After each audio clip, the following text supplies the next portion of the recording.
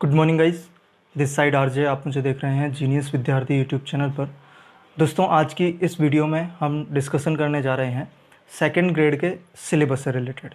Second grade का syllabus आज से लगभग 2 महीने पहले या उससे भी पहले डाल दिया गया था, लेकिन अभी हम इसलिए डिस्कस कर रहे हैं क्योंकि हो सकता है कि आज से पहले आप लोग रीट के लिए तैयारी कर रहे हों और अब आपने डिसाइड किया हो या तो रीट मेंस देने का या फिर सेकंड ग्रेड एग्ज़ाम देने का, या फिर आप दोनों देना चाहते हो। तो इसलिए हम क्या डिस्कस कर रहे हैं कि इस बार आरपीएससी ने थोड़ा सा एक ट्विस्ट छोड़ दिया है सिलेबस के अंदर, तो वो आपको पता होना बहुत ज़रूरी है। क्योंकि वो ट्विस्ट अगर आरपीएससी ने छोड़ा है तो कहीं ना कहीं एग्ज़ाम में भी हमें एग्ज़ाम पेपर में हमें ट्विस्ट देखने को मिल सकता है, तो वो आपको जानना ज़रूरी है। तो वीडियो को स्टार्ट करते हैं। दोस्तों, हमारा जनरली जो सिलेबस रहता है वो किस तरीके का रहता है, ये मैं सिलेबस सब्जेक्ट की बात कर रहा हूँ ना। जो आपका सब्जेक्ट है उसका सिलेबस क्या रहता है, 300 नंबर का पेपर रहता है और इसमें से आपका सीनियर सेकेंडरी लेवल तक का जो पार्ट पूछा जाता है वो 180 मार्क्स का पूछा जाता है, और ग्रेजुएशन से आपका 80 मार्क्स का पार्ट पूछा जाता है, और टीचिंग मेथड से आपका 40 मार्क्स का पार्ट पूछा जाता है। तो इस तरीके से कम्प्लीटली आपका 300 नंबर का पेपर बनता है। ठीक है, 300 नंबर का पेपर बनता है।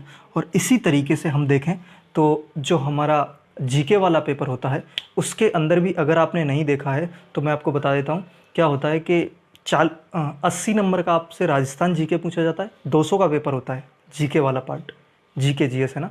200 नंबर का पेपर होता है जिसमें से 80 नंबर की राजस्थान जीके पूछी जाती है, 20 नंबर का राजस्थान का करंट अफेयर्स पूछा जाता है, 40 नंबर की साइकोलॉजी पूछी जाती है, और 60 मार्क्स का आपसे इंडिया और वर्ल्ड जीके पूछा जाता है। ठीक है, जनरली। लेकिन इस बार क्या किया है आरपीएससी ने, जो सिलेबस जारी किया है उसके अंदर ये सारी चीज़ें नहीं लिखी है।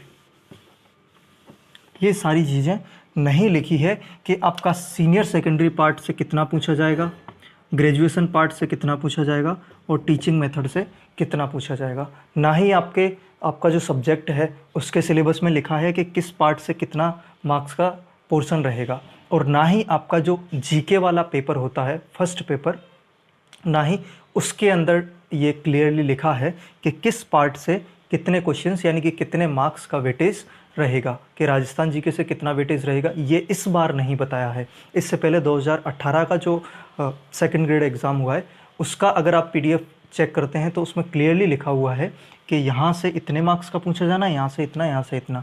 लेकिन अब हम क्या कर सकते हैं, ये अगर आपने सिलेबस पहले देखा होगा तो हो सकता है आपने गौर ना किया हो। तो मैं टेलीग्राम चैनल पर अगर आप ज्वाइन नहीं हैं तो डिस्क्रिप्शन में मैंने लिंक दे रखा है, वहाँ से जाकर के आप ज्वाइन कर लीजिए।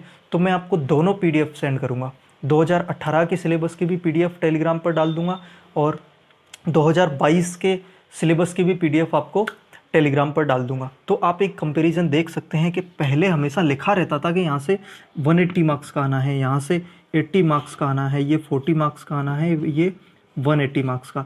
लेकिन इस बार यहाँ पर ये नहीं लिखा है। तो नहीं लिखा है तो हो सकता है एग्ज़ामिनर यहाँ से खुद को थोड़ा सा फ्री छोड़ना चाहता हो, और हमें ये चीज़ एग्ज़ाम में देखने को मिल भी सकती है कि टीचिंग मेथड से 40 नंबर की बजाय हमसे ओनली 20 नंबर का मार्क्स पूछ लिया जाए, ग्रेजुएशन में 80 की बजाय इसको ज़्यादा कर दिया जाए, 120 कर दिया जाए, सीनियर सेकेंडरी को कम कर दिया जाए। अब इससे क्या होता है कि जब हमें ये पता होता है कि इस सब्जेक्ट का इतना वेटेज है, इस पार्ट का इतना वेटेज है, तो एक कैंडिडेट के लिए थोड़ी सी सहूलियत हो जाती है कि वो अपने आप में एक डिसाइड कर सकता है कि अगर मेरे को ग्रेजुएशन से 80 मार्क्स का पूछा जाना है तो मैं इसको टाइम कितना देना है। वो एक सहूलियत एक कैंडिडेट की नज़र से यहाँ पर हो जाती है। लेकिन अब थोड़ी सी विडंबना हमारे सामने खड़ी हो सकती है कि अगर हम इसको पुराने ही पैटर्न पर तैयारी करते रहे, हम ये मान करके चलते रहे कि सीनियर सेकेंडरी से 180 मार्क्स का वेटेज आना है, और पता चला एग्ज़ाम में कि ग्रेजुएशन लेवल से यहाँ से 80 की बजाय 150 कर दिया, और इसको 180 की बजाय और कम कर दिया, 70-80 मतलब 120-130 तक कर दिया, तो फिर हमें एग्ज़ाम में थोड़ी सी प्रॉब्लम देखने को मिल सकती है।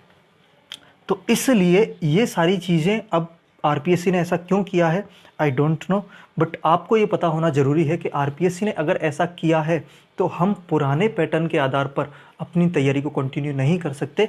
हमें हर पार्ट पर ध्यान रखना होगा। आपका इस बारे में क्या व्यूज़ है, आप क्या कहना चाहते हैं, कमेंट बॉक्स में ज़रूर रखिएगा। और इस चैनल पर नए हो तो चैनल को सब्सक्राइब जरूर करें, बेल आइकन को भी ऑन करिएगा, जिससे क्या होगा कि जब भी नई वीडियो आएगी तो उसका नोटिफिकेशन आपको मिल जाएगा। वीडियो पसंद आए वीडियो को लाइक ज़रूर करें। और जो भी आपके दोस्त, अगर आप नहीं कर रहे हैं सेकंड ग्रेड की तैयारी, तो जो भी आपके दोस्त सेकंड ग्रेड के लिए प्रिपरेशन कर रहे हैं तो उनको ये वीडियो ज़रूर भेजें, ताकि उनको इस चीज़ की जो थोड़ी सी अवेयरनेस होनी चाहिए वो हो जाएगी। और हम इस चैनल पर राजस्थान के कॉम्पिटिटिव एग्ज़ाम से रिलेटेड सारी चीज़ें डिस्कस करते रहते हैं, तो चैनल पर कनेक्टेड ज़रूर रहिएगा। मैं मिलता हूँ आपसे अगली वीडियो में। Thank you so much.